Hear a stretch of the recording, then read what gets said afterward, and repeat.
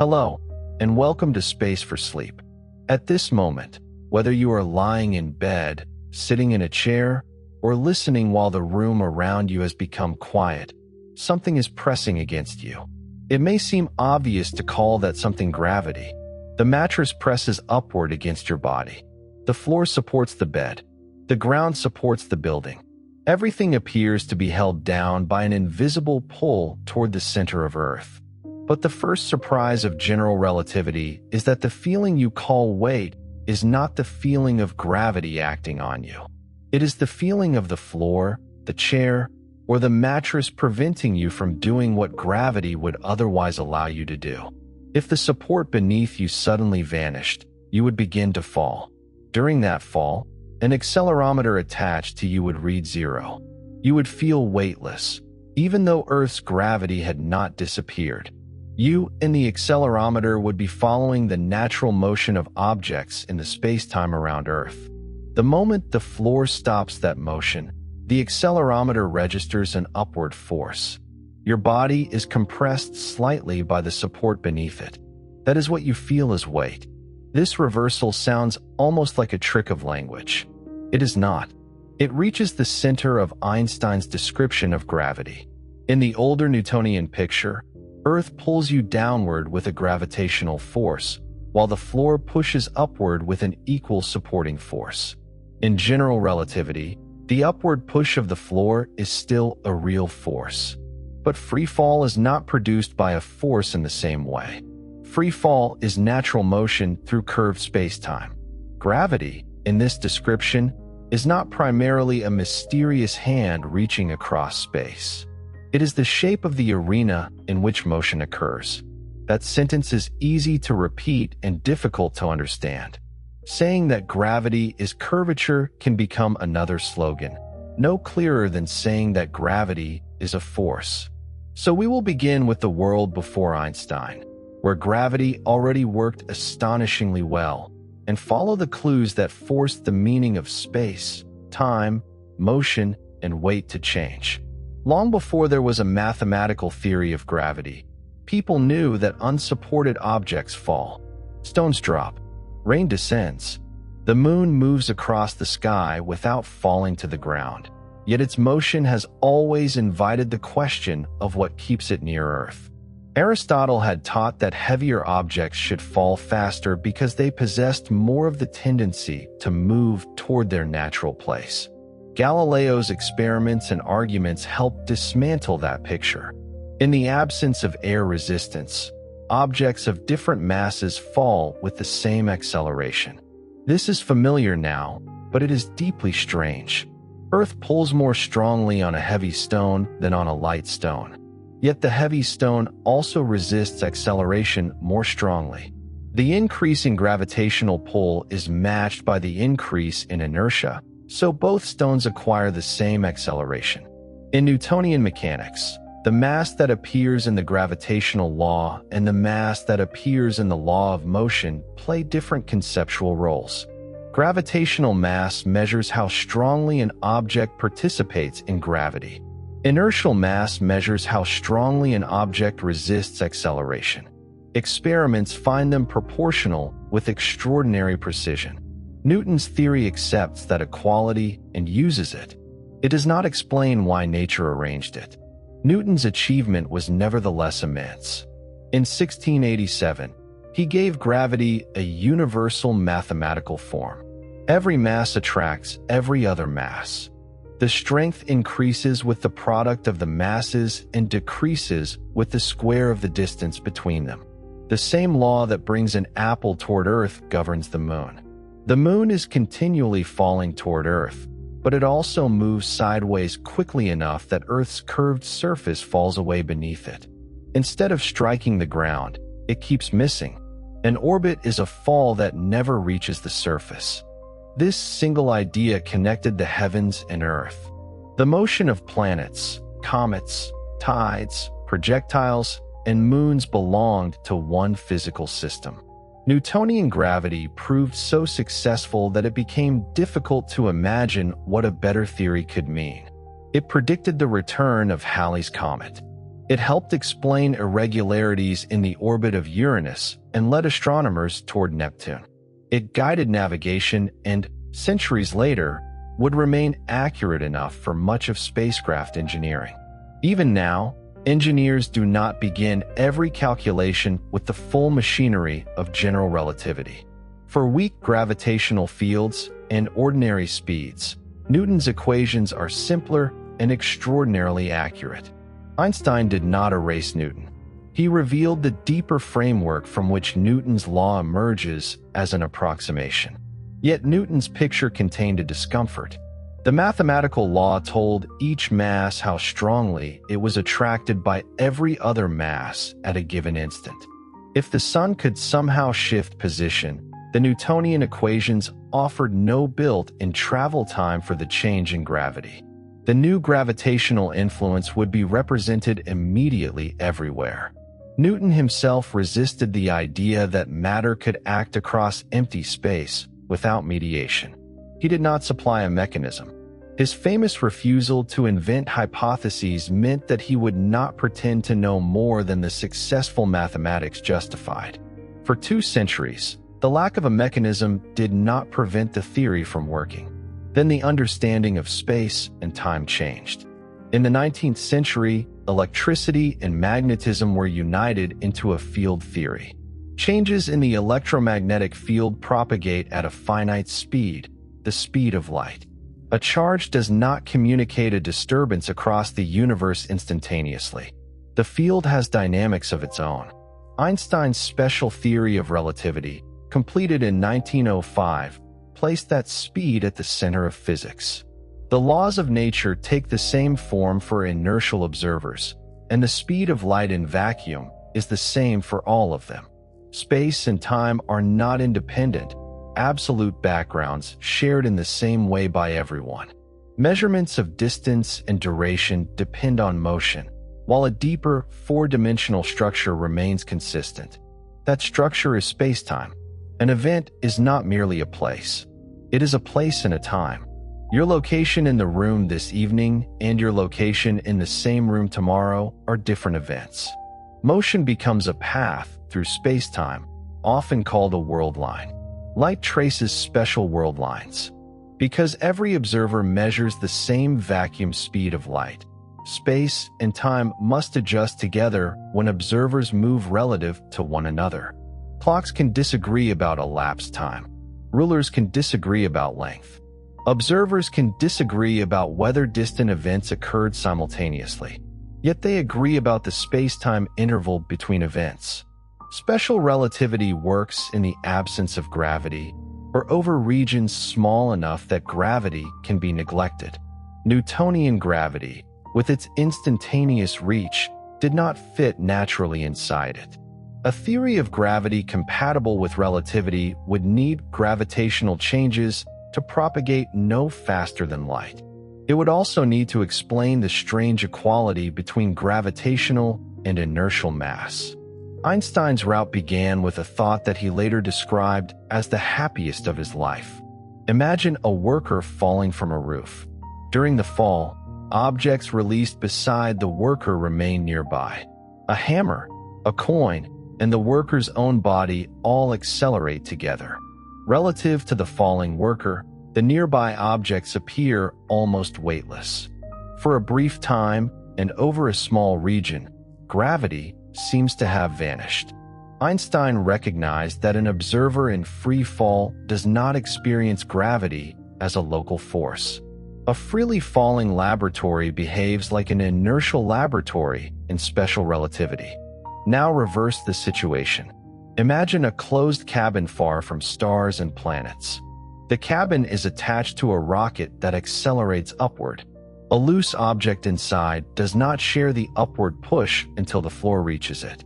To a person standing in the cabin, the object seems to fall downward. Their feet press against the floor. Light sent from the floor toward the ceiling changes frequency in a way that resembles light climbing through a gravitational field. From inside a sufficiently small cabin, acceleration can imitate gravity. This is the equivalence principle, but it must be stated carefully. A small, freely falling laboratory can eliminate gravity locally. The laws of non-gravitational physics inside it reduce to those of special relativity, as long as the experiment is limited enough that variations in the gravitational field can be ignored. The word locally carries almost the entire subtlety. A large falling elevator near Earth can detect that gravity is not perfectly uniform. Two objects released far apart do not follow exactly parallel paths. Both fall toward Earth's center, so their paths slowly converge. Objects separated vertically experience slightly different gravitational strengths. The lower object is closer to Earth and falls a little more strongly than the upper one. These differences are tidal effects. Tidal effects cannot be removed throughout a finite region merely by choosing a freely falling frame. They are the observable signature of spacetime curvature. A small enough laboratory can ignore them. A large enough one can measure them. So an accelerating rocket in empty space and a laboratory held stationary in a gravitational field are not globally identical in every possible circumstance. Uniform acceleration can imitate a uniform gravitational field locally. Real gravitational fields around finite bodies vary from place to place, and those variations reveal curvature. This distinction corrects one of the most common oversimplifications of relativity. The equivalence principle does not say that acceleration and gravity are absolutely indistinguishable everywhere. It says that gravity disappears locally in free fall, while the residual differences between neighboring free fall paths reveal the true gravitational field. To see how this leads toward curvature, return to the accelerating cabin. A beam of light is sent horizontally from one wall to the other. In an inertial frame outside the cabin, the light travels along a straight path while the cabin accelerates upward. By the time the beam reaches the opposite wall, that wall has moved upward. Relative to the cabin, the beam arrives lower than the point directly opposite its source. The person inside describes the path as bending downward. If acceleration and a gravitational field are locally equivalent, then light in a gravitational field must also appear to bend. The same thought experiment predicts a frequency shift. Send light upward from the floor of the accelerating cabin. While the light is traveling, the ceiling gains speed away from the source. The receiver at the ceiling measures the light shifted toward lower frequency. By equivalence, light climbing through a gravitational field should be gravitationally redshifted. Light descending should be blue-shifted. These predictions already show that gravity cannot be only a force acting on massive objects. Light has no rest mass, yet its path and frequency respond to gravity. Still, the equivalence principle alone does not provide the complete theory. It gives a doorway.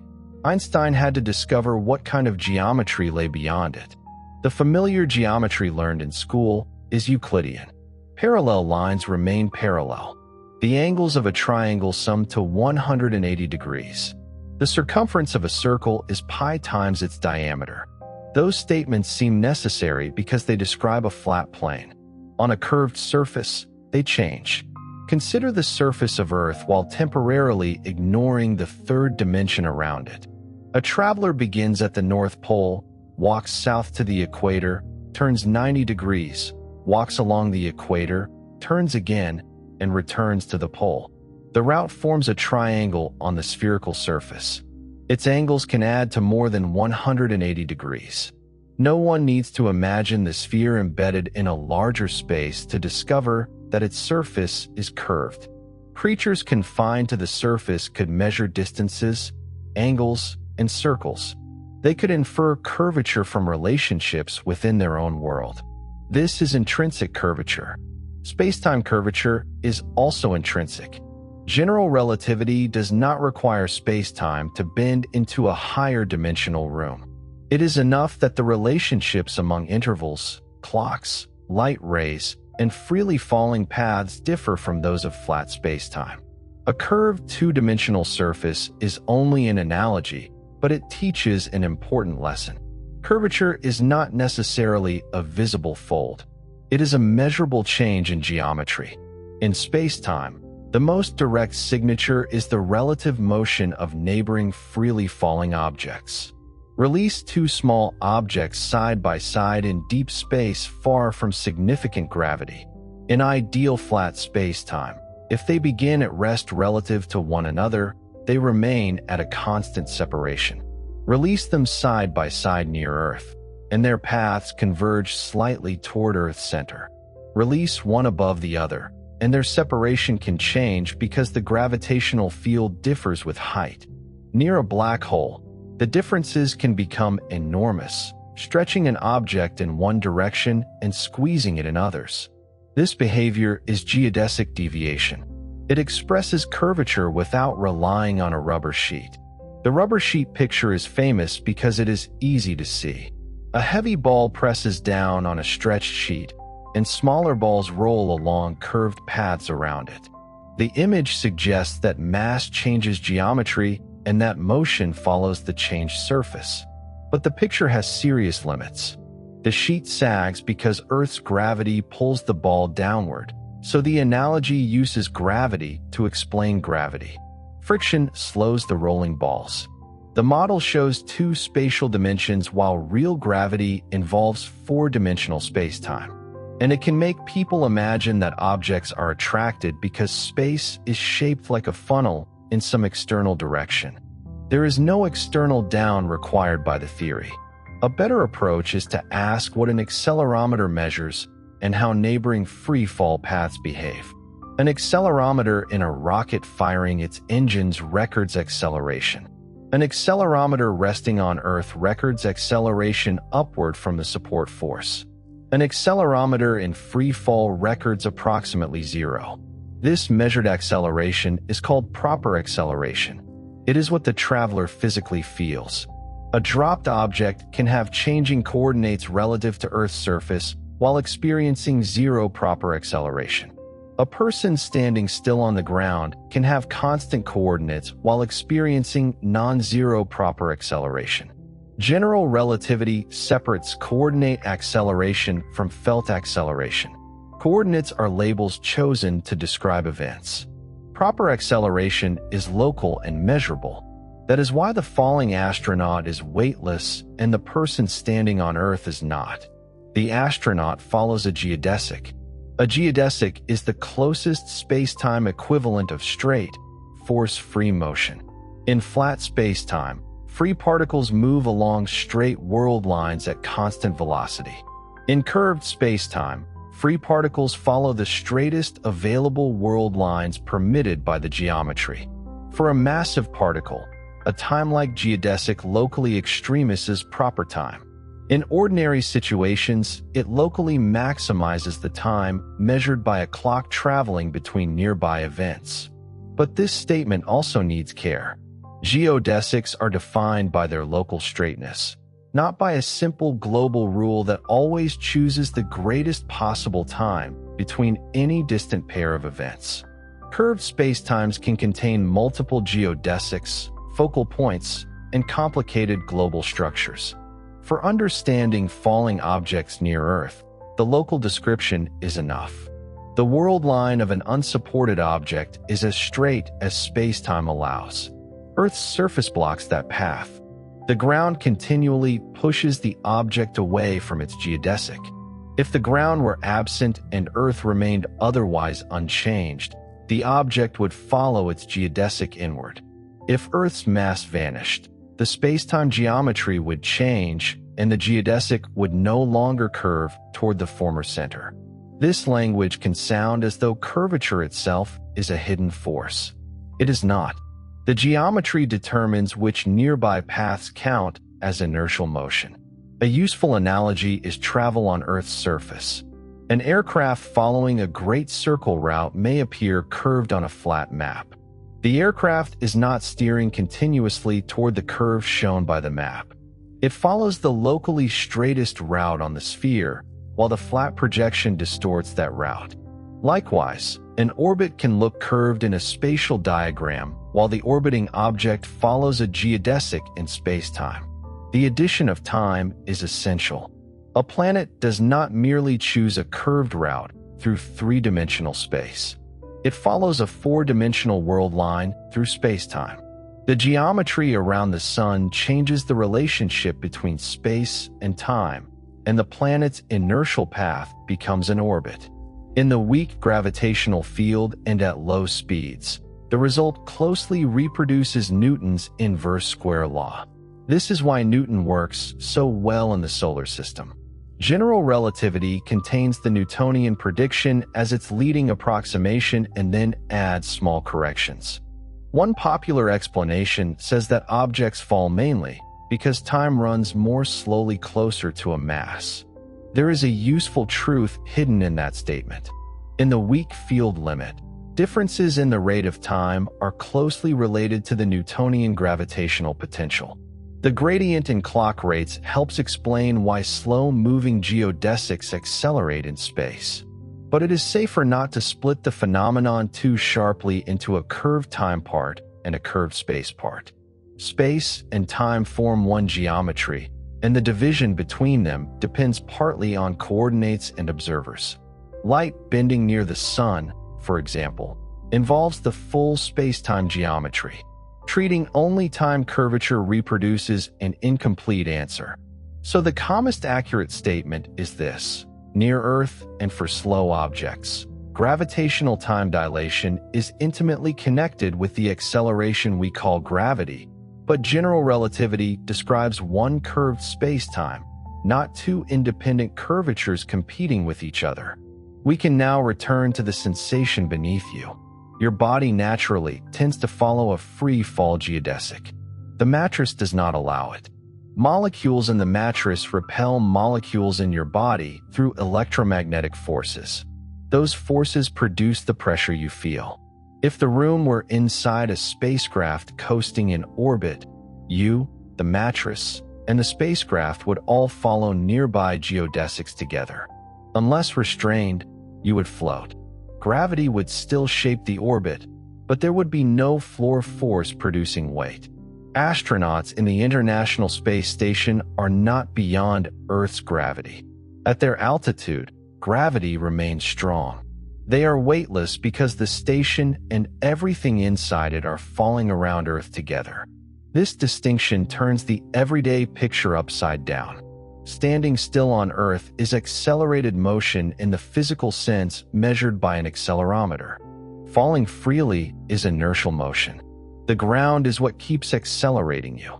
Einstein had reached the physical idea by 1907, but the finished theory did not arrive until 1915.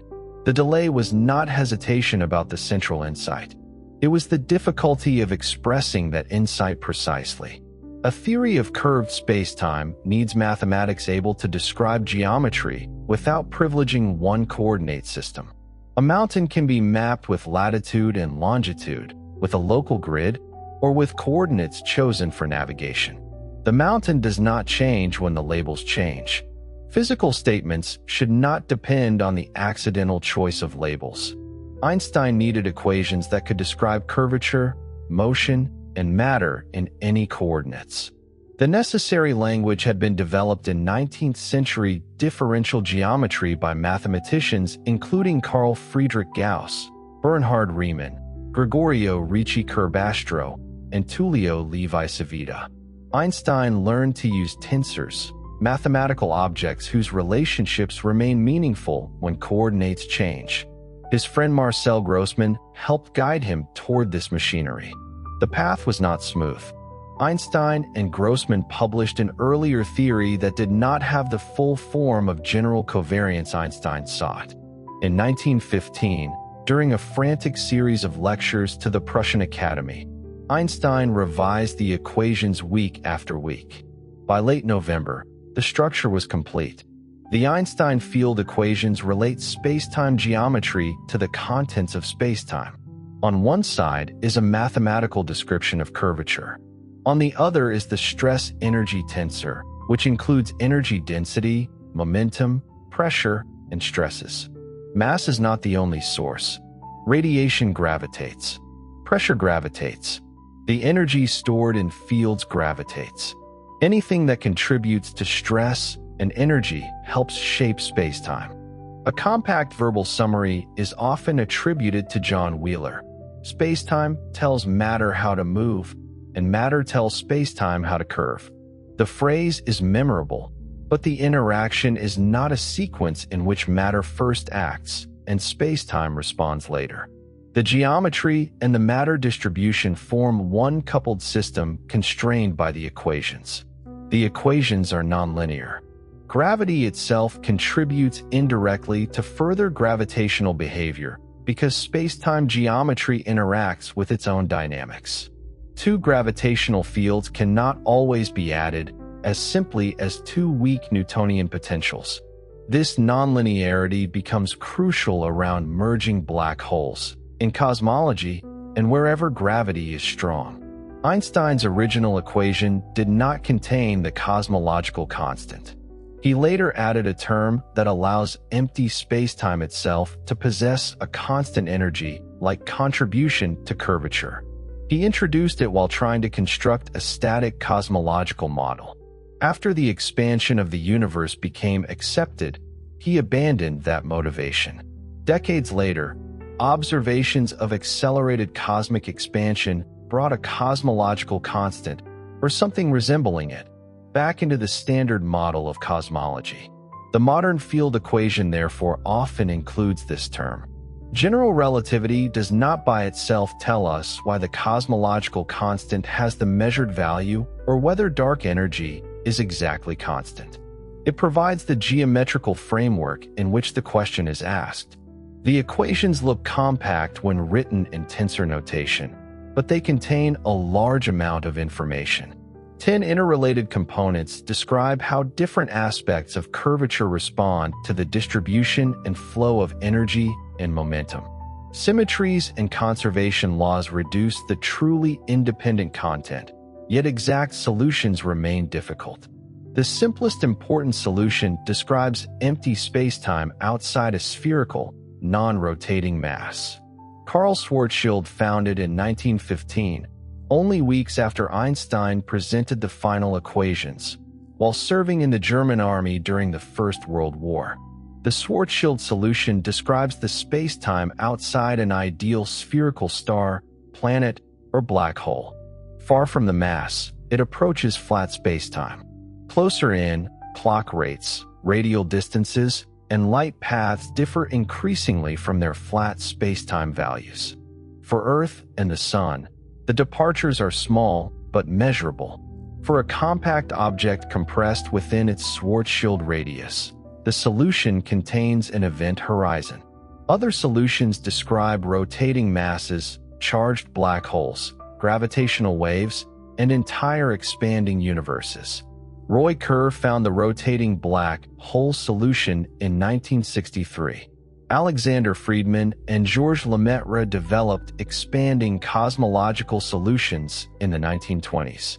Each solution is not a separate theory. It is a different spacetime permitted by the same field equations under different physical conditions. Before exploring the most extreme solutions, it helps to see how the theory repaired a small imperfection close to home. Mercury moves around the Sun on an ellipse. Under Newtonian gravity, the ellipse is not perfectly fixed because other planets perturb it. The point of closest approach to the Sun, called perihelion, slowly advances around the orbit. Astronomers calculated the known perturbations with great care.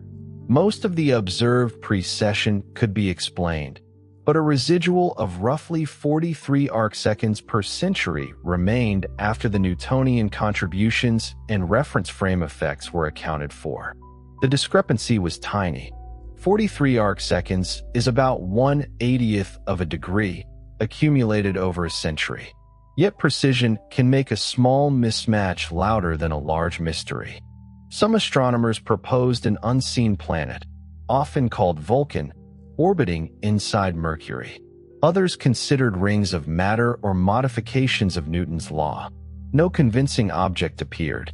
In November 1915, Einstein applied his developing theory to Mercury. The curved spacetime near the Sun changed the orbit by exactly the extra amount needed within the accuracy of the data. The result mattered emotionally and scientifically. It was not a number inserted to fit Mercury. It emerged from the same geometry Einstein had built from the equivalence principle and relativity. A modern description should still avoid saying that the match was magically perfect in every digit. Measurements and planetary ephemerides have uncertainties, and later observations have refined the comparison enormously. The point is that the relativistic correction accounts for the anomalous precession without an invented inner planet. Mercury was an explanation of an existing puzzle. Light deflection offered a more visible prediction. Einstein had predicted from the equivalence principle that gravity would bend light. His early 1911 estimate, based mainly on gravitational time effects, gave only half the deflection produced by the completed 1915 theory. The full result includes the spatial part of spacetime curvature. For a ray grazing the Sun, the predicted angular deflection is about 1.75 arcseconds. A total solar eclipse can make stars near the Sun visible. By photographing their positions during totality and comparing them with photographs taken when the Sun is elsewhere, astronomers can search for the apparent displacement caused by light bending. The eclipse of May 29, 1919, crossed regions observable from the island of Principe off West Africa and from Sobral in Brazil. Expeditions associated with Arthur Eddington and Frank Dyson obtained photographic plates under difficult conditions. The results became one of the most famous episodes in science. Newspapers announced that Newton had been overthrown and Einstein's new universe confirmed. The real history was less clean than the legend. The measurements had large uncertainties. Different telescope sets gave different values. One Sobral instrument suffered focus problems. The investigators judged some plates more reliable than others. The combined evidence favored Einstein's full prediction over the smaller Newtonian-style estimate, but it did not provide the precision of later radio astronomy and gravitational lensing measurements. The 1919 eclipse was an important early support, not the final word. That distinction does not diminish the theory. It shows how confirmation usually works. A dramatic first result opens a door. Repeated observations with better instruments establish what lies beyond it. Today, the deflection of light is measured routinely. Radio waves from distant quasars passing near the Sun shift position by the predicted amount. Spacecraft signals experience delays as they travel through curved spacetime near a massive body. Distant galaxies and galaxy clusters bend light into arcs, rings, and multiple images. The delay of signals near the Sun is called the Shapiro time delay, after Erwin Shapiro proposed it in 1964. A radar pulse sent toward a planet and reflected back takes slightly longer when its path passes close to the Sun than flat spacetime would predict. The extra time is not caused by light slowing below its local vacuum speed. Every local observer still measures light moving at the speed of light. The total travel time depends on the spacetime geometry and on the coordinates used by the distant observers performing the experiment. Space missions have measured the effect with high precision. Radio links to the Cassini spacecraft during a solar conjunction produced one of the most accurate solar system tests of the parameter that controls light deflection and time delay in general relativity. Gravitational redshift provided another early test. Light climbing away from Earth loses frequency relative to clocks at higher gravitational potential. In 1959 and 1960, Robert Pound and Glenn Rebka measured the effect over a vertical distance of only about 22.5 meters in a tower at Harvard University. They used gamma rays emitted and absorbed by iron nuclei. The expected shift was extraordinarily small. By moving the source at a controlled speed, they used the Doppler effect to compensate for the gravitational shift and determine its size. The result agreed with general relativity within the experimental uncertainty. Atomic clocks later made the phenomenon almost ordinary. Place one clock on the ground and another at higher altitude. The higher clock is farther from Earth's center and experiences a slightly different gravitational potential. It runs faster relative to the lower clock. The difference is tiny, but modern optical clock experiments have resolved gravitational redshift across centimeter separations and even across a millimeter-scale atomic sample under carefully controlled conditions. Relativity is no longer tested only with planets and eclipses. It appears within a laboratory apparatus. This does not mean that one clock feels its own time running strangely. Each clock ticks normally in its immediate surroundings. The difference appears when the clocks are compared, either by bringing information from them together or by exchanging signals. Proper time is local. Every ideal clock measures the space-time interval along its own world line. Two clocks that follow different world lines between meetings can accumulate different amounts of proper time. One may move rapidly. One may remain deeper in a gravitational field. Both motion and gravity influence the comparison. This is not an illusion caused by faulty clocks. Biological processes, radioactive decays, electronic oscillations, and every other physical process share the same elapsed proper time along the path. The global positioning system depends on these effects. GPS satellites orbit roughly 20,000 kilometers above Earth. Their clocks move quickly relative to clocks on the ground, producing a special relativistic slowing. They are also higher in Earth's gravitational field, producing a general relativistic speeding relative to ground clocks. The gravitational effect is larger. Without correcting the combined difference, the system's timing would drift enough to create navigation errors that grow by kilometers per day. Receivers determine position from signal travel times measured to extraordinary precision. A nanosecond corresponds to about 30 centimeters of light travel. Relativity is built into the system because the geometry of space-time is built into the signals. There is a quiet practical lesson here.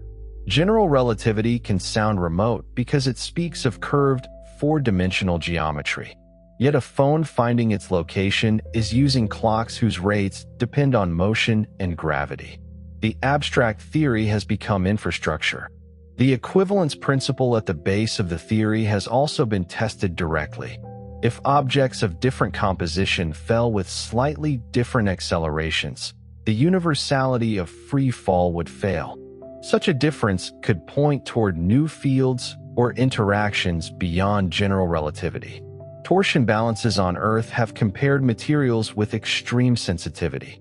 Lunar laser ranging compares the fall of Earth and Moon toward the Sun.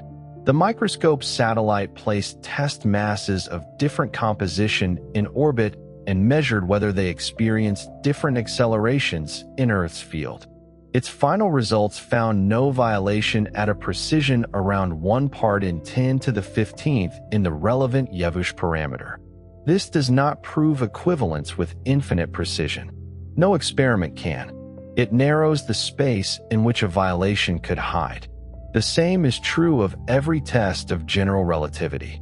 A successful test does not show that no future observation can reveal a deeper theory. It shows that any deeper theory must reproduce the tested behavior within the measured limits. One of the most elegant tests uses the Moon. Astronauts from Apollo 11, 14, and 15 left arrays of corner cube reflectors on the lunar surface. Observatories on Earth send laser pulses toward them and detect the small number of returning photons. The round-trip time measures the Earth-Moon distance with remarkable precision. Decades of data track the Moon's orbit, test the equivalence principle, constrain variations in the gravitational constant, and probe aspects of relativistic gravity. Each successful pulse links a modern laboratory with equipment placed by human hands on another world. A theory born from an imagined elevator is tested by measuring the motion of the Moon to millimeters. General relativity also predicts that a rotating mass slightly drags space-time around with it. This is frame dragging. A rotating object does not merely curve space-time through its mass. Its angular momentum contributes to the geometry. Near a rapidly rotating black hole, the effect becomes strong enough that no observer can remain fixed relative to distant stars inside a region called the ergosphere. Around Earth, frame dragging is extremely weak. The Gravity Probe B mission carried gyroscopes in polar orbit and measured how their spin directions changed. One part of the change came from geodetic curvature produced by Earth's mass. A much smaller part came from Earth's rotation dragging spacetime. The measurements, along with observations of laser-ranged satellites, agreed with the relativistic predictions within their uncertainties. A gyroscope offers another way to understand curvature. In flat space, a freely moving gyroscope maintains its orientation. Carry it around a curved path in curved spacetime, and its direction relative to distant reference points can change. The shift is not caused by a hidden torque in the ordinary sense. It reflects how directions are compared along different parts of a curved geometry. This process is called parallel transport. On a sphere, carry an arrow from the equator to the North Pole, turn along another meridian while keeping it locally parallel, and return. The arrow may not point in its original direction. The rotation reveals the surface's curvature. Gravity Probe B performed a four-dimensional version with exquisite gyroscopes and a guide star. The orbits of planets and the precession of gyroscopes belong to weak field gravity. Neutron stars and black holes provide a much stronger arena. Before black holes were observed, another compact system gave general relativity one of its greatest tests. In 1974, Russell Hulse and Joseph Taylor discovered a binary system containing a pulsar and another neutron star. The pulsar emits radio pulses with clock-like regularity. Timing those pulses reveals the orbital motion in extraordinary detail. General relativity predicts that the orbiting neutron stars radiate gravitational waves. The waves carry energy away, causing the orbit to shrink and the orbital period to decrease. The waves themselves were not directly detected from that system, but the accumulated change in the orbit matched the relativistic prediction after corrections for the motion of the system and the galaxy. The binary pulsar became indirect evidence that gravitational radiation was real. Other pulsar systems have since tested different aspects of relativistic gravity. The double pulsar, in which both neutron stars are observed as pulsars, provides multiple independent measurements within one system. Shapiro delay, orbital precession, gravitational redshift, and orbital decay can be compared with a common theory. Pulsars are useful because their pulses turn gravity into timing. Curved spacetime changes when the signals arrive, and years of observations allow tiny deviations to accumulate into measurable patterns. The direct detection of gravitational waves required a different kind of patience. Einstein found wave solutions soon after completing general relativity. Accelerating masses can produce disturbances in spacetime curvature that propagate outward at the speed of light. Not every motion radiates strongly. Conservation laws prevent simple monopole and dipole gravitational radiation of the kind familiar in electromagnetism. The leading radiation comes from changes in the quadrupole distribution of mass. A perfectly spherical object expanding and contracting does not emit gravitational waves. Two massive objects orbiting each other do. The effect is extraordinarily weak by the time it reaches Earth. A passing gravitational wave alternately stretches space in one direction and squeezes it in the perpendicular direction. The strain is a fractional change in length. For an astrophysical event detected by LIGO, the change across a 4-kilometer arm can be far smaller than the width of a proton. LIGO uses laser interferometers with two perpendicular arms. Laser light travels down the arms, reflects from suspended mirrors, and returns. If a gravitational wave changes the relative arm lengths, the interference pattern shifts. The challenge is not only measuring a tiny signal, it is separating that signal from earthquakes, ocean waves, traffic, thermal motion, laser noise, electrical disturbances, and countless environmental effects. Two widely separated detectors help. A real gravitational wave reaches them with a delay consistent with light travel across Earth and produces related patterns. Local disturbances are unlikely to imitate the same waveform in both places. On September 14, 2015, the two advanced LIGO detectors observed a short rising chirp. The signal matched the final spiral and merger of two stellar mass black holes more than 1 billion light-years away. In a fraction of a second, the system radiated several solar masses of energy in gravitational waves. The waveform carried the history of the orbit. Its increasing frequency and amplitude described the black holes spiraling together. The merger entered a nonlinear regime where spacetime itself had to be evolved numerically. The final portion described the newly formed black holes settling through damped oscillations called quasi-normal modes. This first direct detection was not merely the discovery of waves. It showed that general relativity could predict the entire violent sequence well enough for a calculated waveform to be recognized in noisy data. Since then, LIGO, Virgo, and CAGRA have detected many compact object mergers. Binary black holes, binary neutron stars, and mixed systems have turned strong, dynamic gravity into an observational science. The neutron star merger GW170817 added light to the story. Gravitational waves arrived, followed about 1.7 seconds later by gamma rays after traveling for roughly 130 million years. The near-simultaneous arrival constrained any difference between the propagation speeds of gravity and light to an extraordinarily small fraction. It also eliminated broad classes of modified gravity models that predicted a different speed for gravitational waves. Each event can test the waveform in a new region of mass, spin, and orbital dynamics. The loud signal GW250114, detected on January 14, 2025, became the clearest gravitational wave observation of a binary black hole merger available by the following year. Its strength allowed unusually sharp tests of the in-spiral, merger, and ring-down. Analyses found no confirmed deviation from general relativity. The frequencies of the remnant's vibrations agreed with the pattern expected for a Kerr black hole within the observational precision. The event provided the most stringent single-event verification of several strong field predictions available at that time. Care is essential even here. A result consistent with a Kerr black hole is not a photograph of the metric itself, and parameter estimation depends on waveform models, detector calibration, noise treatment, and assumptions about the source.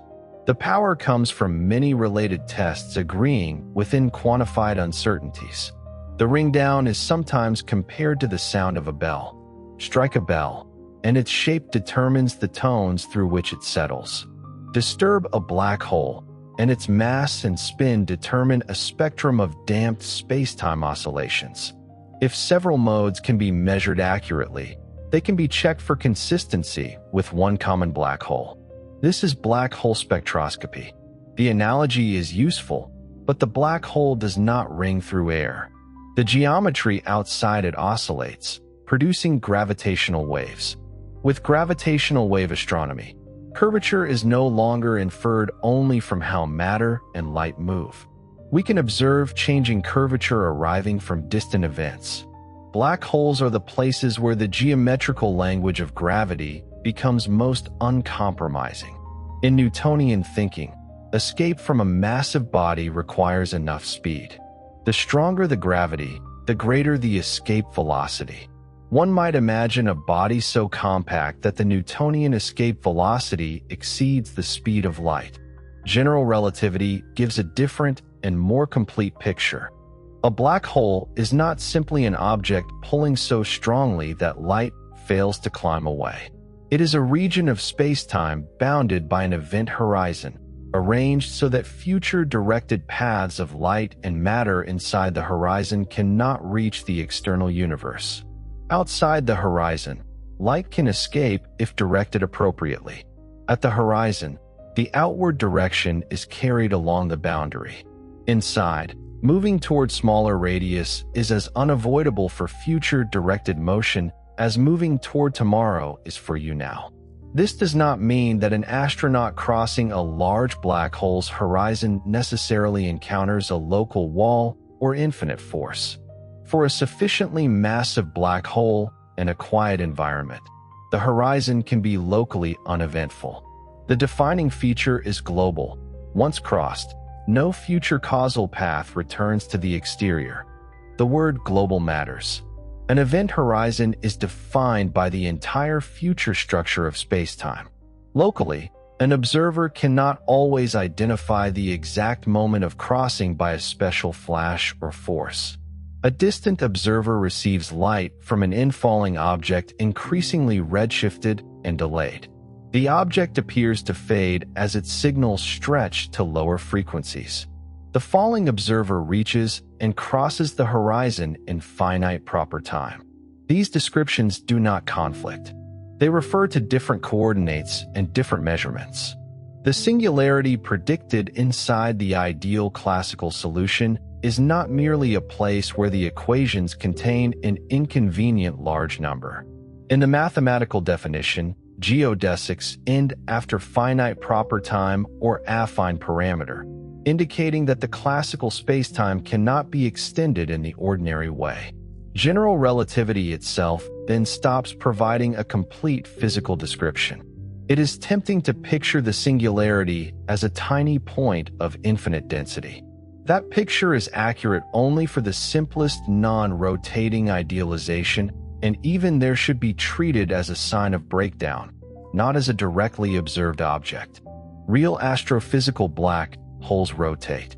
Together, they reveal compact objects whose behavior agrees remarkably well with relativistic black holes. Rotating black holes also display one of the strangest consequences of frame dragging. Outside the event horizon lies the ergosphere, where space-time is dragged so strongly that no object can remain stationary relative to distant observers. It can still move outward and escape, but it must rotate in the same broad sense as the whole. In principle, energy can be extracted from a rotating black hole through processes that use the ergosphere or magnetic fields around the horizon. Astrophysical jets extending across thousands or millions of light years may ultimately draw power from accreting matter and black hole rotation, though the detailed mechanisms involve relativistic plasma physics as well as geometry. General relativity, therefore, does not describe spacetime as a passive stage. Geometry can rotate, oscillate, expand, trap regions, and exchange energy with matter in ways that have observable consequences. Gravitational lensing is a quieter expression of the same idea. Place a massive galaxy between Earth and a more distant source. Light from the background object can travel along several curved paths around the foreground mass. The observer may see multiple images of one quasar, a stretched arc, or a nearly complete Einstein ring. The lens is not a piece of glass. It is a region of curved spacetime. If the alignment changes or the background source varies in brightness, the multiple images do not change simultaneously. Each path has a different geometric length and passes through a different part of the gravitational potential. The arrival time differences can be days, months, or years. These delays allow astronomers to study the distribution of mass in the lens and, with additional modeling, infer cosmological distances and the expansion rate. Most of the lensing mass can be invisible. Stars and glowing gas account for only part of the curvature measured around galaxies and clusters. The remaining effect is attributed in the standard cosmological model to dark matter, a form of matter detected through gravity but not yet identified as a particle in the laboratory. General relativity describes how the inferred dark matter curves spacetime. It does not explain what dark matter is. This distinction is important when people say that general relativity explains gravity. It explains the relationship between spacetime geometry and stress energy with extraordinary success. It does not identify every component of the stress energy in the universe. Sometimes the missing mass is mapped by weak gravitational lensing. Light from millions of distant galaxies is distorted only slightly by intervening structure. Any one galaxy has its own intrinsic shape, so its tiny lensing distortion is difficult to recognize. By measuring statistical alignments across enormous surveys, astronomers reconstruct the projected distribution of matter. Strong lensing creates spectacular arcs. Weak lensing turns subtle shape correlations into maps of the cosmic web. Microlensing works on smaller angular scales. A star or compact object passes close to the line of sight toward a more distant star. The images remain unresolved, but the background star brightens in a characteristic, approximately symmetric way as the lens moves. Microlensing can reveal planets, faint stars, and compact objects that emit little or no light. In all these cases, gravity changes which paths connect source and observer. The same geometry can magnify a galaxy, delay a quasar image, hide a region behind a horizon, or stretch an interferometer arm by less than a proton. The scale changes. The principle does not. When Einstein completed general relativity, he initially applied it to a universe he hoped could remain static. The field equations resisted that preference. A universe filled uniformly with matter does not naturally remain motionless under the simplest assumptions. Einstein introduced the cosmological constant to balance gravity in a static model, but the balance was unstable. Small disturbances would make the universe expand or contract. Alexander Friedmann found dynamic solutions in 1922. Georges Lemaitre independently developed expanding models and connected them with observations of receding galaxies. Edwin Hubble and others established that more distant galaxies generally show larger redshifts. The precise historical credit for the velocity-distance relation involves several scientists and improvements in distance measurement, but the observational conclusion became clear: the large-scale universe is expanding.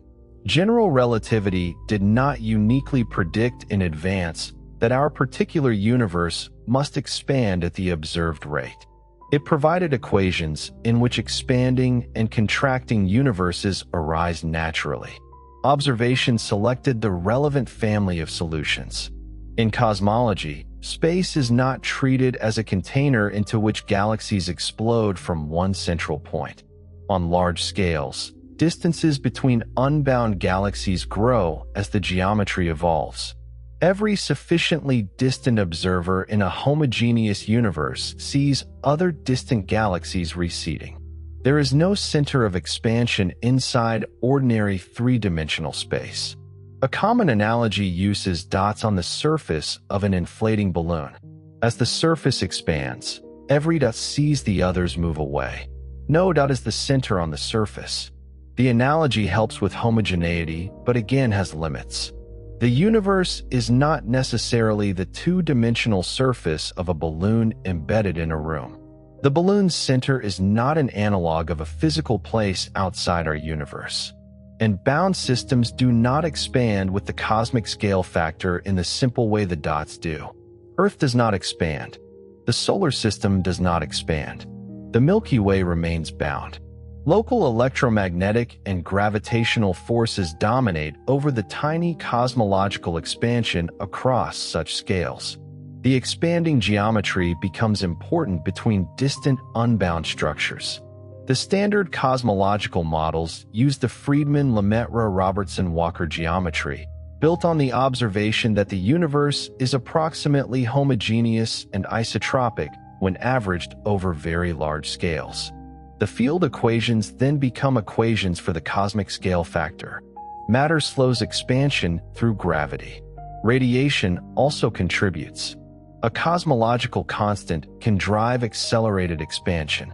Observations of distant supernovae in the late 1990s showed that cosmic expansion has been accelerating in the recent universe. Measurements of the cosmic microwave background, baryon acoustic oscillations, galaxy clustering, and gravitational lensing support a model containing dark matter and dark energy. The simplest dark energy explanation is a cosmological constant. Yet its small measured value compared with naive quantum estimates presents one of the deepest puzzles in physics. Here general relativity succeeds and leaves a mystery at the same time. Given a cosmological constant, the equations describe accelerated expansion. They do not tell us why vacuum energy should take that value, nor do they decide whether the observed acceleration comes from a constant, a changing field, or a modification of gravity on cosmic scales. Current observations test these alternatives. No confirmed replacement for general relativity has emerged, but cosmology remains one of the places where the theory is examined over scales far beyond the solar system. The behavior of structure also tests gravity. Small density variations in the early universe grew under gravity into galaxies and clusters. The rate of that growth depends on the expansion history, the matter content, and the law of gravity. Astronomers compare galaxy motions, lensing maps, and clustering. A modified theory might alter how quickly structure develops or make light respond differently from matter. So far, the standard picture of general relativity plus dark matter and a dark energy-like component remains highly successful. But a successful fit does not identify the underlying nature of the dark components. There is a useful humility in this division. General relativity may be the correct classical theory of spacetime, while most of the cosmic energy budget consists of things whose fundamental nature we do not know. A map can be precise even while the material filling the landscape remains mysterious. The theory also predicts that gravity responds not just to energy density, but to pressure. In ordinary terrestrial matter, pressure contributes negligibly compared with rest mass energy. Inside neutron stars, pressure becomes enormous. It helps support the star against collapse, yet pressure itself also gravitates and contributes to the curvature that must be resisted. A neutron star compresses more than a solar mass into a sphere roughly the size of a city. Atomic nuclei dissolve into matter dominated by neutrons, with more exotic phases possible at greater depth. General relativity supplies the equations of hydrostatic balance for such a star, known as the Tolman-Oppenheimer-Volkoff equations. Nuclear physics supplies an equation of state relating pressure and density. The maximum mass of a neutron star depends on that uncertain equation of state. If the star becomes too massive for any pressure to support, collapse continues toward a black hole. Observations of heavy neutron stars, X-ray pulse profiles, and gravitational waves from mergers constrain the possible interior physics. The geometry and the matter cannot be separated. Curvature determines the pressure gradient needed for support, while the pressure and density determine curvature. This mutual dependence appears dramatically during a neutron star merger. As two stars spiral together, tidal forces deform them. Their final collision depends on the stiffness of matter at densities beyond atomic nuclei. The gravitational waveform can carry information about that deformation. After merger, the remnant may be a massive neutron star, a temporarily supported object, or a black hole, depending on the masses and the equation of state. General relativity predicts the spacetime response. Nuclear theory describes the matter. Observations test both. Tides are worth returning to because they reveal what gravity actually is more directly than the feeling of weight. Suppose you and a companion fall feet first toward Earth while initially separated side by side. Your paths converge because both point toward Earth's center. If one of you is slightly below the other, the lower person falls more strongly. A cloud of freely falling particles changes shape. No one particle feels a local gravitational force, yet the cloud stretches and squeezes. Curvature is encoded in that relative acceleration. The ocean tides are a familiar, gentler version. The moon's field is stronger on the near side of Earth than at Earth's center and weaker on the far side. What matters is the difference across Earth, not simply the moon's average pull. The sun also raises tides. When solar and lunar tidal effects align, spring tides occur. When they partially oppose, neap tides occur. The same mathematical concept ranges from ocean levels to the disruption of stars near black holes. A star passing too close to a supermassive black hole can experience a tidal disruption event. The near side falls much more strongly than the far side. The star is stretched into streams of gas, some escaping and some feeding an accretion flow. The black hole does not reach out with a material hand. Neighboring geodesics diverge so violently that the star cannot remain intact.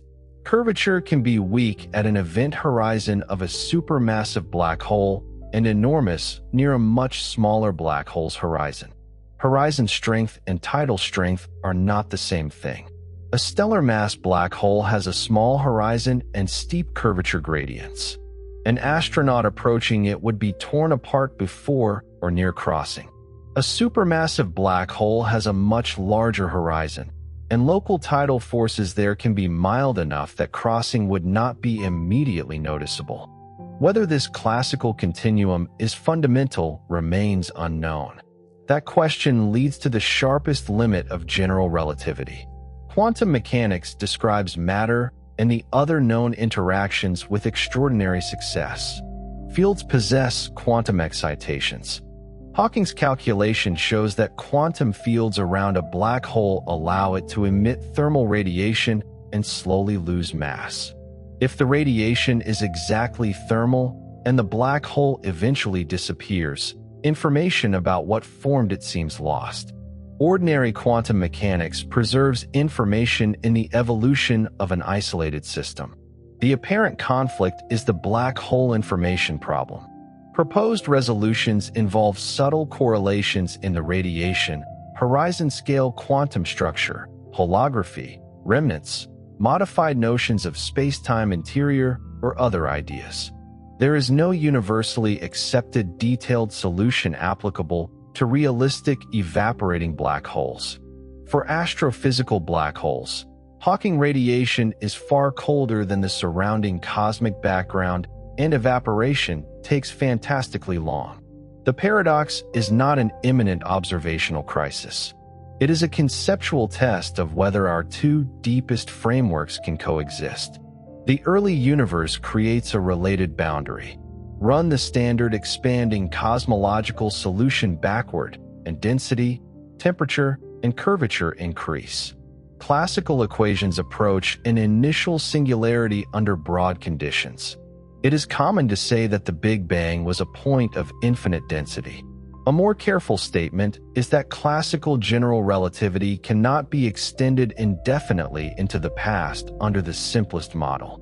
The singular behavior signals that the theory is incomplete in that regime. Quantum gravity may replace the classical beginning with a bounce, a boundary condition, an emergent phase, or something not captured by ordinary time. Different models offer different possibilities. None has decisive observational support.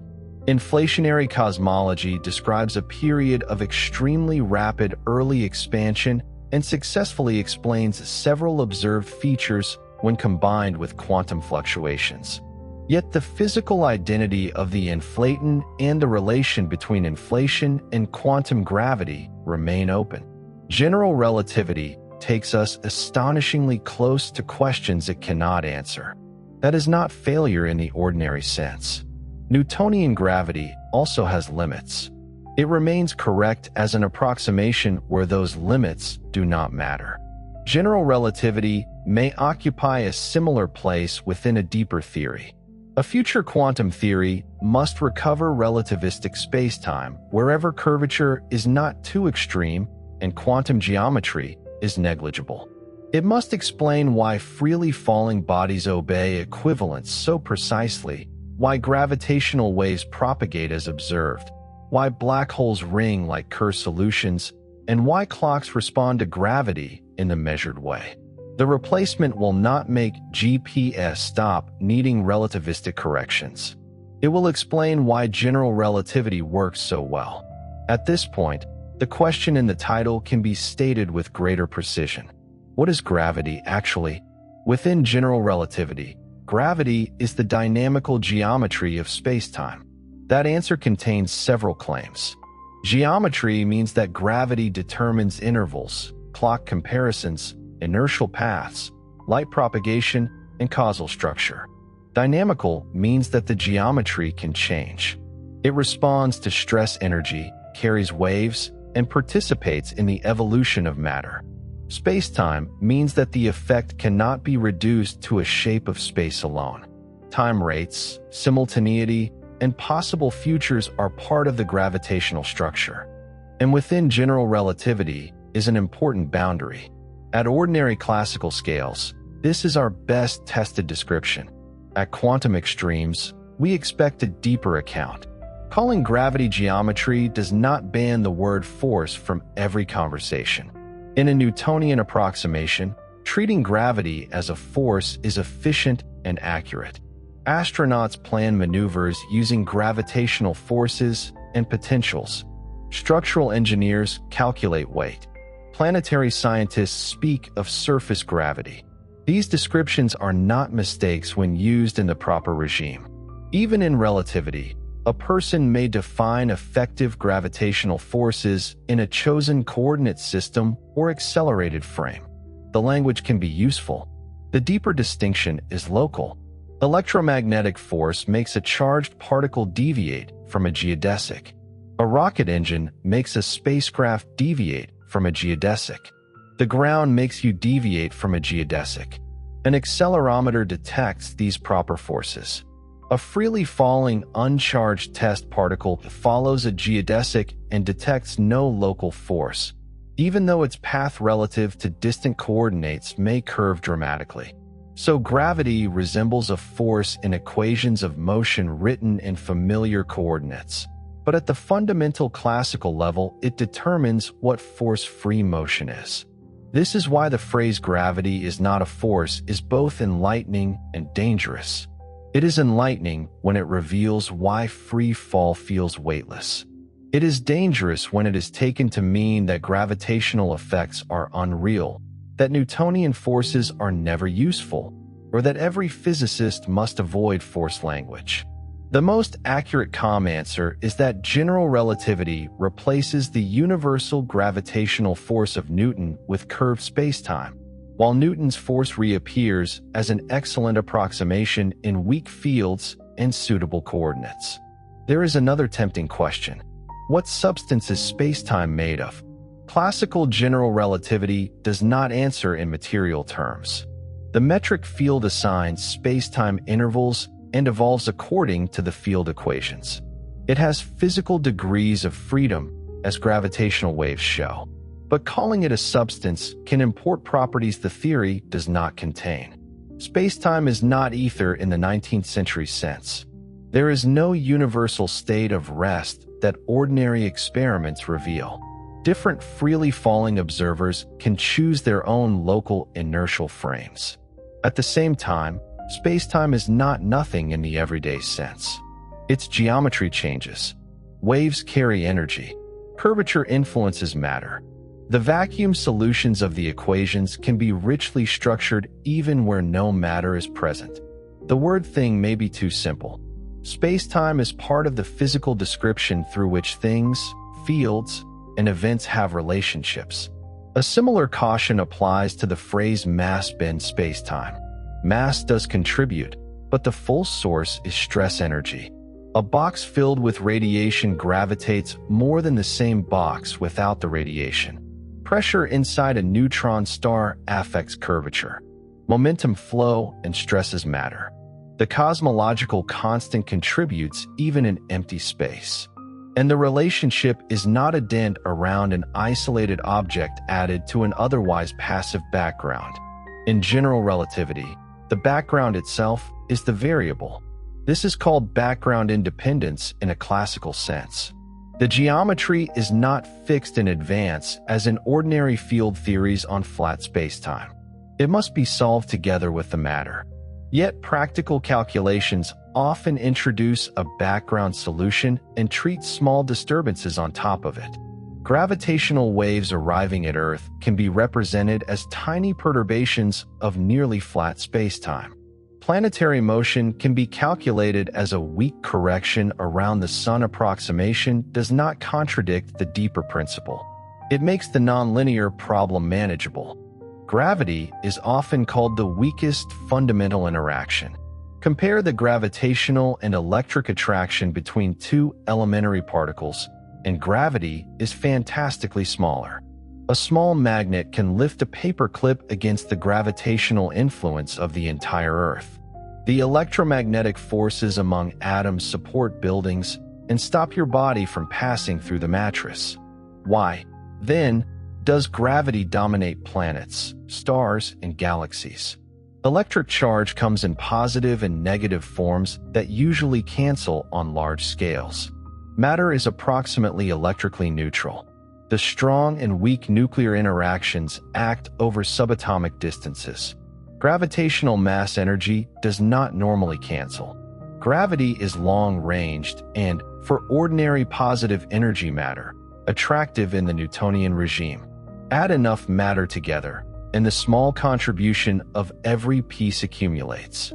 A star contains so much mass that gravity compresses its center until nuclear fusion begins. A galaxy contains enough matter that stars orbit a common gravitational structure. On cosmic scales, the weakest interaction becomes the architect. General relativity complicates the word attractive.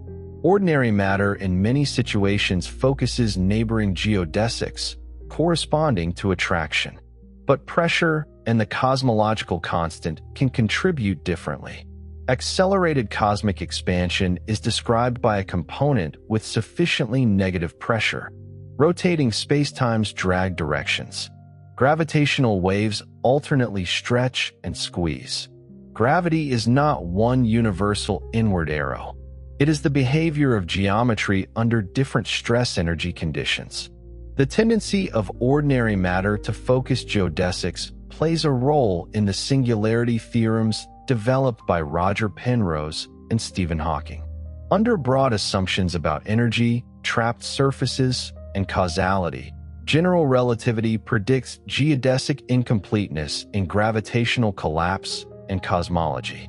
The theorems do not say that every singularity must be a literal point of infinite density with a known structure. They show that classical spacetime cannot remain complete under those conditions. Again, the theory reveals its own boundary through geometry. Energy in gravity creates another subtle question. Where is gravitational energy located?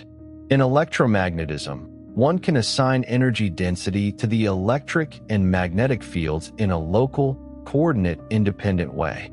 In general relativity, there is no universal local gravitational energy density represented by an ordinary tensor.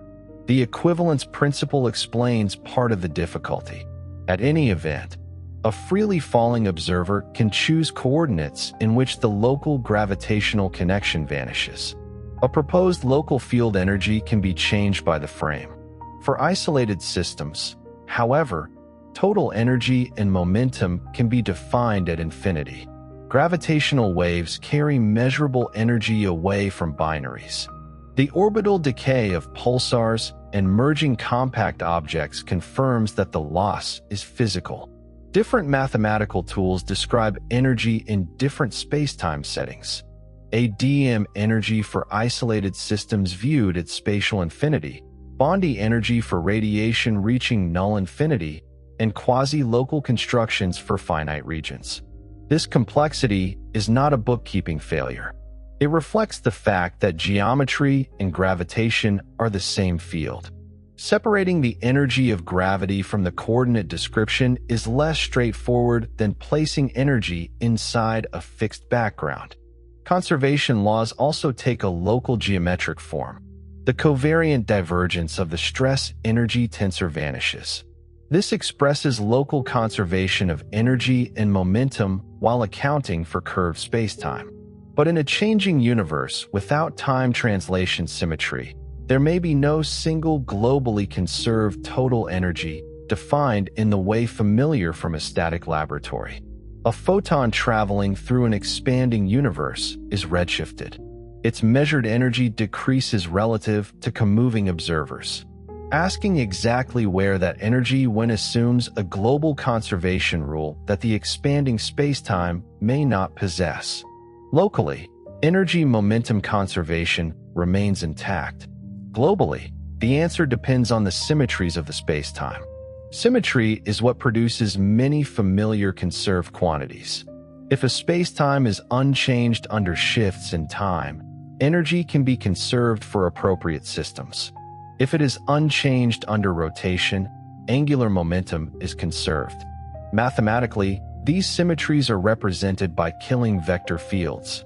The geometry, therefore, tells us not only how objects move, but which global quantities can be defined and preserved. This is another way gravity reaches beyond a pole. It shapes the meaning of energy, time, and distance. Distance itself requires care in relativity. Ask how far away a distant galaxy is, and several answers may be correct.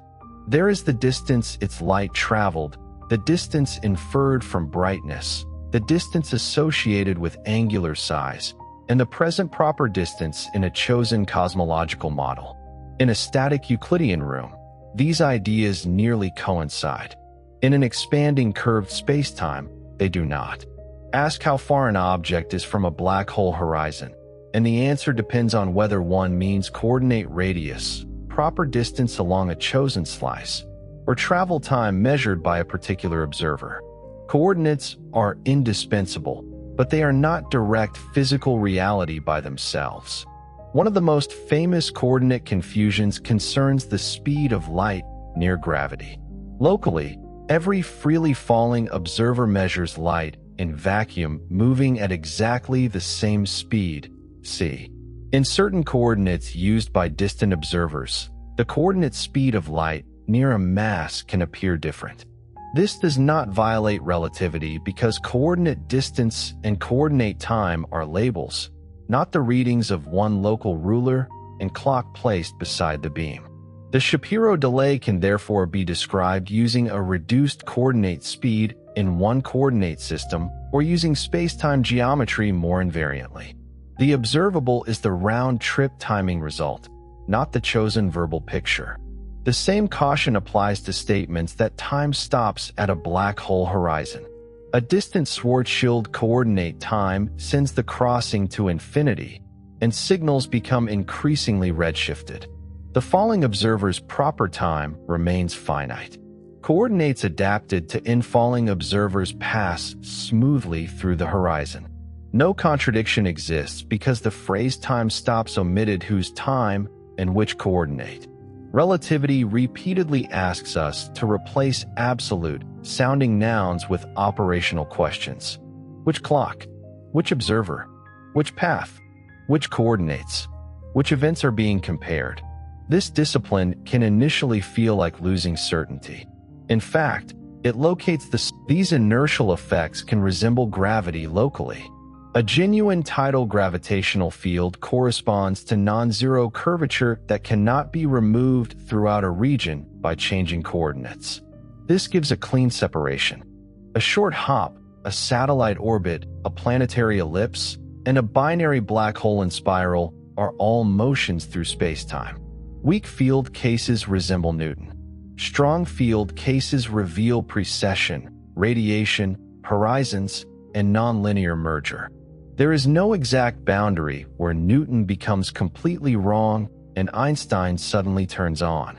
The corrections grow as gravitational potential, compactness, and velocity become more extreme. For Earth's surface, the dimensionless gravitational potential divided by the speed of light squared is tiny. For the Sun, it is still small. Near a neutron star, it is substantial.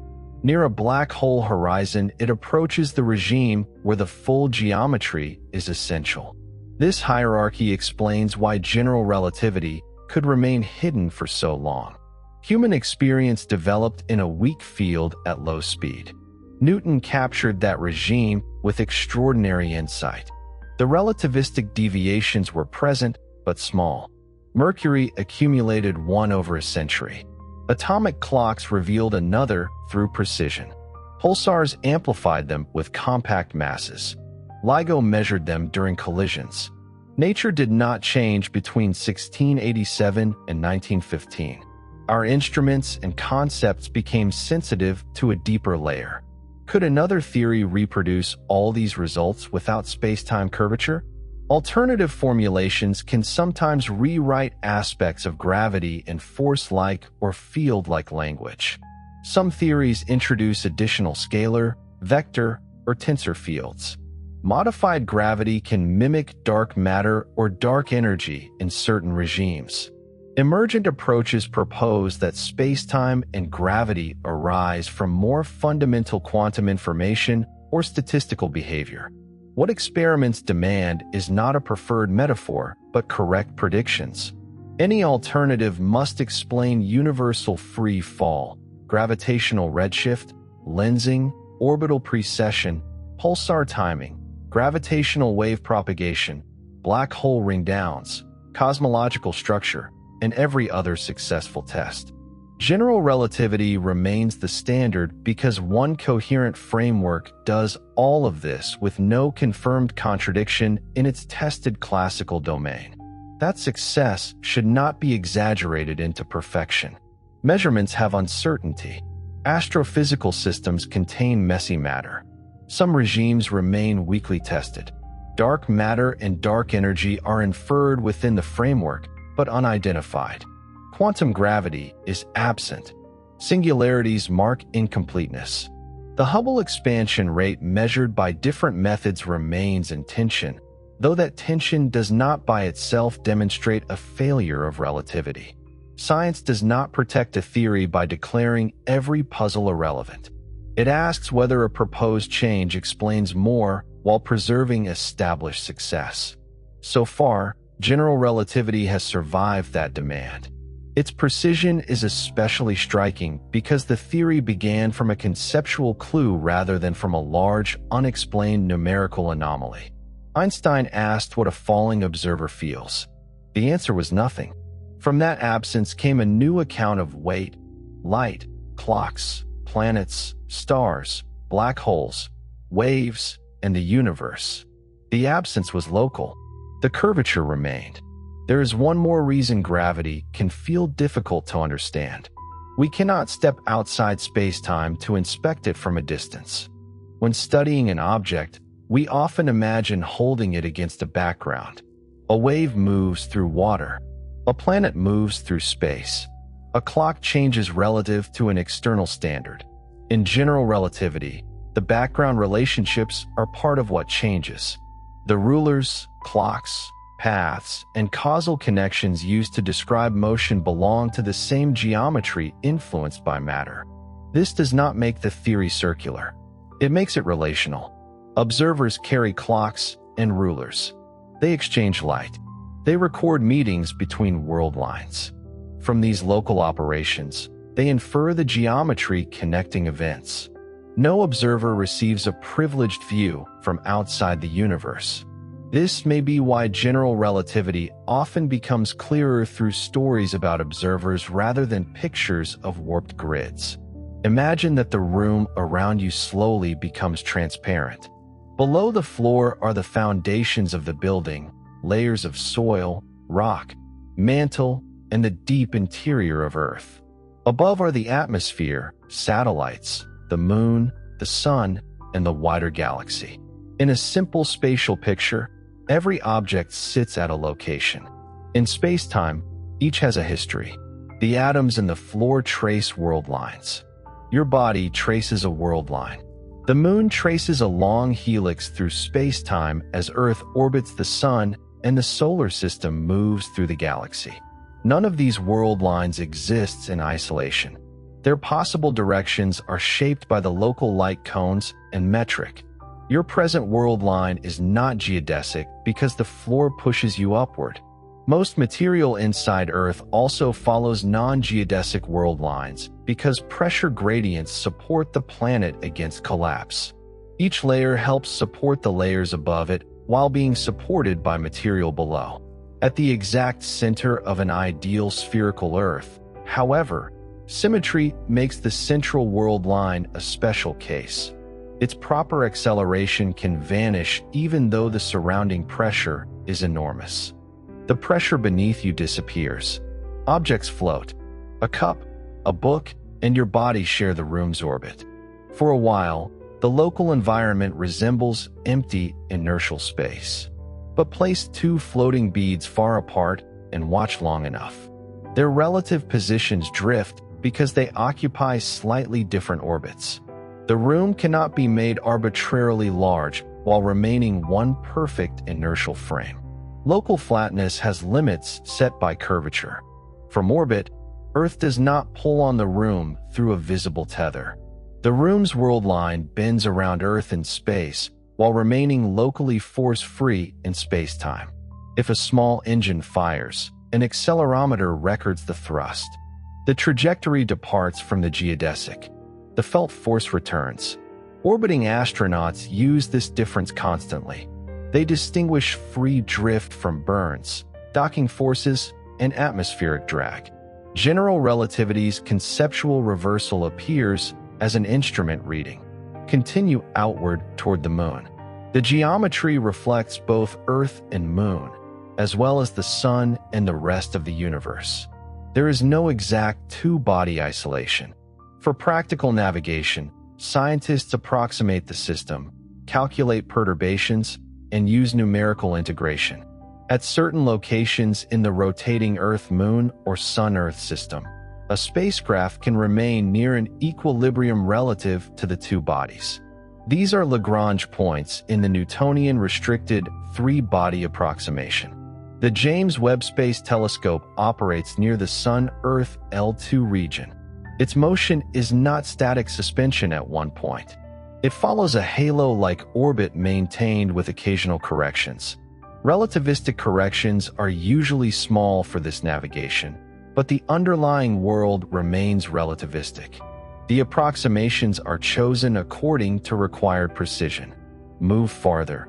Toward the Sun, clocks nearer the Sun accumulate less proper time relative to clocks farther away when compared under suitable conditions. Light from the solar surface is gravitationally redshifted, though plasma motions and other stellar effects complicate precise measurements.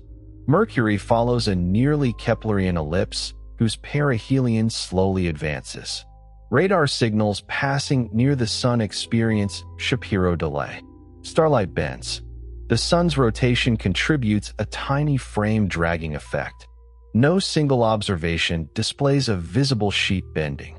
Together, the measurements reconstruct the geometry. Now imagine approaching a white dwarf. A mass comparable to the Sun is compressed into a body roughly the size of Earth. Surface gravity becomes far stronger. Spectral lines from the star are gravitationally redshifted. A clock near the surface falls behind a distant one more rapidly than a clock on Earth. Approach a neutron star, and compactness increases again. Light emitted from the far side can bend around the star, allowing an observer to see more than half of its surface at once.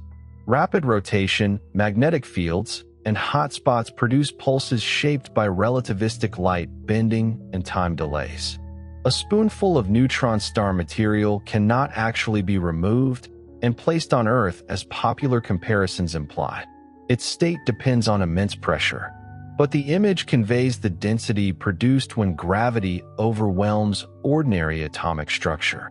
Approach a black hole, and the language of surface disappears. The horizon is not material. There may be a bright accretion disk outside it, a hot corona, magnetic fields, jets, and infalling gas. The black hole itself is defined by geometry. Far away, its external gravitational influence can resemble that of any object with the same mass and angular momentum. Replacing the Sun with a black hole of exactly one solar mass through another impossible thought experiment would not cause Earth to be sucked inward. Earth would continue on nearly the same orbit, though the loss of sunlight would be catastrophic for entirely different reasons. Black holes do not exert a special cosmic vacuum cleaner force at large distance. Their extremity comes from compactness and causal structure near the horizon. This journey from room to black hole changes the strength of curvature, but not the basic rule. Free matter follows geodesics. Non-gravitational forces push it away from them. Neighboring geodesics reveal tides. Stress energy and geometry satisfy the field equations. The same rule can be followed outward instead of inward.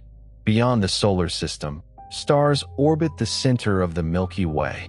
Their paths respond to the combined spacetime generated by visible matter, gas, the central black hole, and the dark matter distribution inferred from motion.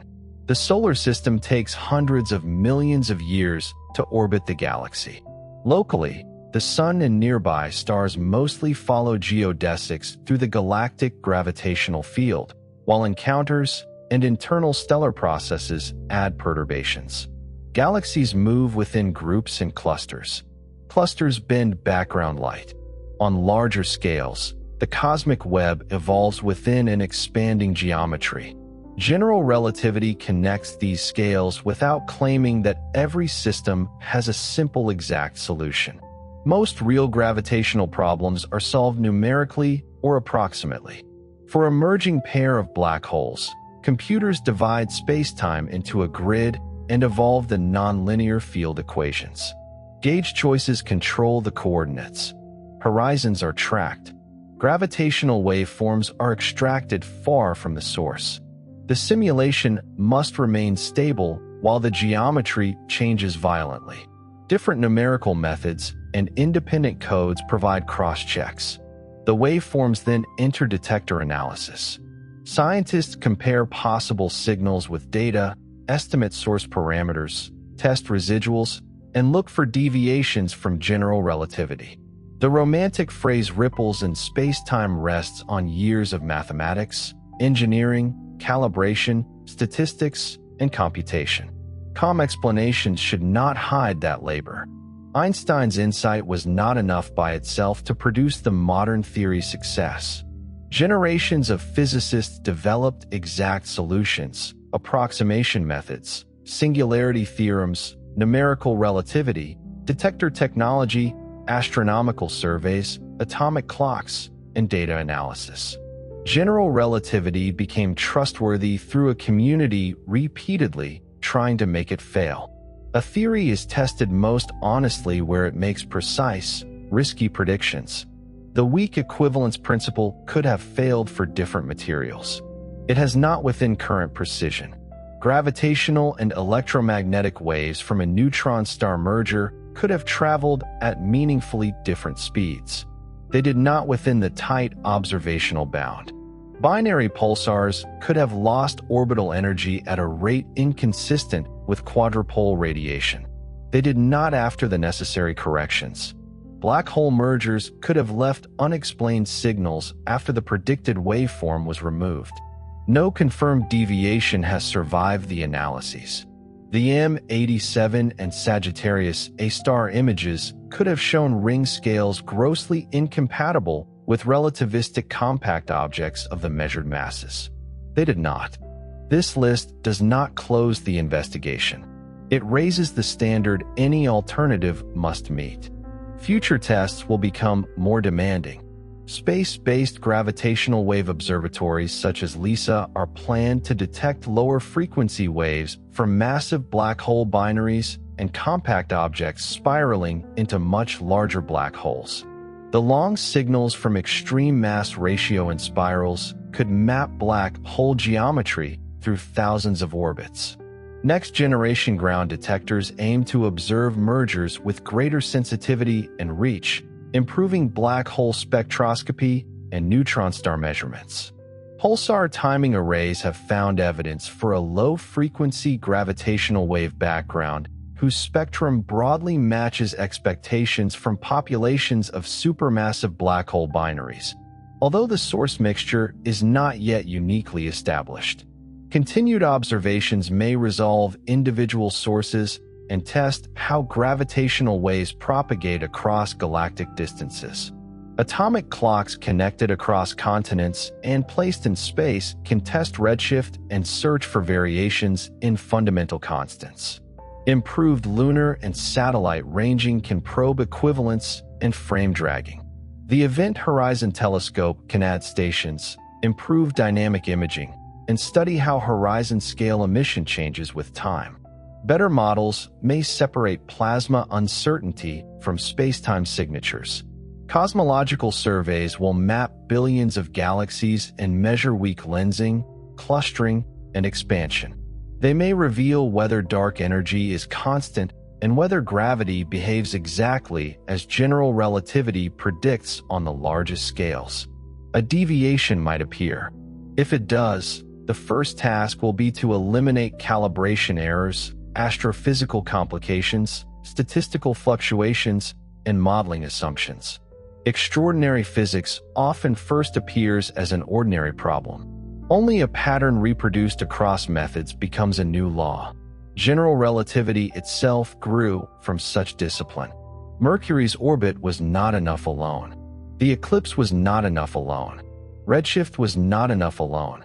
Pulsars, clocks, lensing, waves, and black holes built a network of support. The network matters more than any single iconic image. What could a deeper theory change? It might add fields that become noticeable only over cosmic distances. It might modify the interior of black holes while leaving their exteriors almost unchanged. It might make equivalence fail at a level below current precision. It might quantize geometry while reproducing smooth spacetime as a collective limit. It might reveal that gravity is emergent from entanglement or information. Or the conceptual language may change in a way no current program anticipates. History encourages caution. Newton could not have predicted that gravity would become geometry. Einstein did not build general relativity by adding a small mechanical component to Newton's force. He changed the framework in which force and motion were defined. A quantum theory of gravity may require a similar shift. Still, the old theory will remain inside the new one wherever it has succeeded. A ship's navigator does not abandon Newton because space-time is curved. A GPS engineer does not abandon general relativity because quantum gravity is incomplete. Each theory belongs to a domain and precision. Scientific truth often has layers rather than a sequence of total destructions. Flat Earth geometry works on a small construction site. Spherical geometry works across the planet. General relativity works across spacetime. The smaller description survives as an approximation inside the larger. This layered view also answers another common question. If gravity is geometry, why do objects with different masses create different amounts of curvature but fall the same way? A small test object follows the geometry produced mainly by the external sources. Its own mass affects spacetime too, but when that self-effect is negligible, the geodesic equation does not depend on the test object's mass. A heavy and light test body released together follow the same path, neglecting air resistance and differences in their own gravitational influence. This is the geometrical expression of universality of free fall. When objects are massive enough to alter the geometry significantly, the problem becomes a coupled two-body system. Two black holes do not move through a fixed external spacetime as passive test particles. Each contributes to the geometry, and the combined spacetime evolves. Even then, there is no simple distinction between one body creating the stage and another moving across it. Both are part of the solution. This is why general relativity's equations are difficult and why their conceptual unity is so powerful. The source and the motion cannot always be separated. In everyday gravity, the separation works. Earth creates almost all the local geometry, and your contribution is negligible. You can be treated as a test body, but you are not truly outside the equation. Your energy also curves space-time by an immeasurably tiny amount. The warmth in your body contributes. The light in the room contributes. Pressure contributes. Every physical system participates. Gravity is universal not only because everything responds to space-time, but because every form of stress energy helps shape it. The effect of one person is too small to notice. The principle is not. Perhaps this universality is what makes gravity feel like background rather than interaction. You can shield electric fields with conductors. Positive and negative charges can cancel. Strong and weak nuclear forces do not reach across a room. There is no known gravitational shield. Place a mass between you and Earth, and it adds its own gravitational influence rather than blocking Earth's geometry. A freely falling frame can remove the local sensation, but it does not erase curvature from a finite region. Gravity is escaped locally not by insulation, but by surrendering to free fall. That sentence contains the quiet elegance of Einstein's happiest thought. To stop feeling gravity, stop resisting the geodesic. Of course, near Earth the surrender cannot last safely without an orbit or a supporting vehicle. A person falling from a roof feels weightless only until the ground arrives. Physics distinguishes proper acceleration from danger. Weightlessness is not absence of motion, and force is not the same as risk. The orbiting astronaut is perpetually falling and safe because the trajectory misses Earth. The skydiver is nearly weightless for a time, but still approaches the surface. An observer crossing a supermassive horizon may feel little at that moment while becoming causally unable to escape. Local experience and global fate are different questions. General relativity teaches us to ask both. A comparison of 3 travelers gathers several of these ideas into one experiment. The first remains on Earth beside an atomic clock. The second rides a rocket to a high altitude, turns off the engine, and coasts freely for a time before returning. The third stays in a satellite orbit. At the beginning, all 3 clocks are compared. At the end, they are brought together again. The clocks need not agree. The traveler who remained on Earth spent the interval deeper in Earth's gravitational potential, but moved relatively slowly. The orbiting traveler spent the interval higher in the field, where gravitational time dilation is reduced, but moved quickly, producing special relativistic time dilation. The coasting traveler followed a path whose altitude and speed changed throughout the journey. No single slogan decides the comparison. One calculates the proper time along each world line through the actual spacetime. This is the twin paradox expanded beyond flat spacetime. The amount of time a traveler experiences depends on the route through spacetime, not on one universal clock flowing identically everywhere. The result is geometrical in the same sense that 2 routes across a landscape can have different lengths. Proper time is the length-like quantity along a time-like world line, though the spacetime metric has a different signature from ordinary spatial distance. The traveler does not feel time running slowly. A heartbeat remains normal beside the local clock. The disagreement appears only when world lines are compared. This helps separate gravitational time dilation from the idea of a physical fluid called time becoming thick or sluggish near Earth. Nothing locally jams the mechanism of a lower clock. Every well-constructed clock, regardless of whether it uses atoms, light, electronics, or biological chemistry, measures the same local proper time. The geometry determines how different paths compare. Now replace the clocks with light signals. The ground observer sends 1 pulse per second upward. The receiver above measures the arriving frequency according to the receiver's own clock. Because the clocks at the two heights accumulate time differently, the signal is measured with a gravitational frequency shift. One can describe the photons as losing energy while climbing, but that language depends on the existence of observers and symmetries that define photon energy. The invariant observation is the ratio between emitted and received frequencies. General relativity often becomes clearest when statements are tied to procedures. Do not ask whether time itself has objectively slowed without specifying a comparison. Ask what two clocks read when reunited, or what frequency one observer assigns to light emitted by another. Do not ask whether a falling object is truly accelerating without specifying the measurement.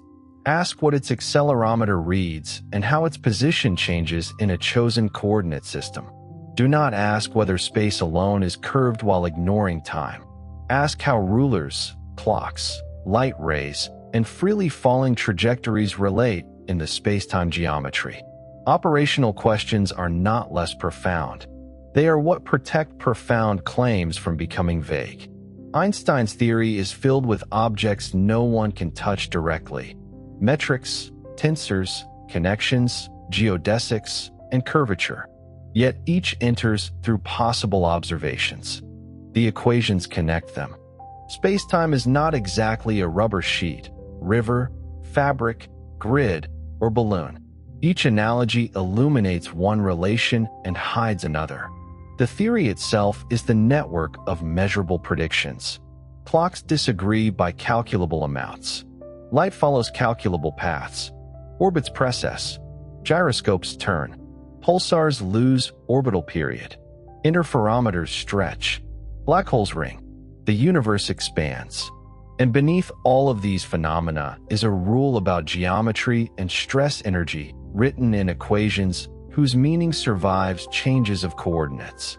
No calm explanation without mathematics can reproduce every detail of those equations, but it can preserve their central reversal. The object in free fall is not being forced away from natural motion. The supported object is. Gravity is not a downward substance filling the room. It is the structure that defines the free paths available through space-time and the tidal relations among those paths. Mass, energy, momentum, pressure, and stress participate in shaping that structure. The structure can change and carry waves. In the classical theory, that is what gravity actually is. And the word actually should remain modest. General relativity is not the final answer at every scale. It does not tell us the quantum state of space-time, the nature of dark matter, the reason for dark energy, or the physical resolution of singularities. It tells us something astonishingly deep within its domain. What we had called a universal force can be understood as the geometry of events, clocks, light, and free motion. More than a century of attempts to expose an error have instead measured that geometry with increasing precision. The latest strong field gravitational wave catalogs continue to find no confirmed departure.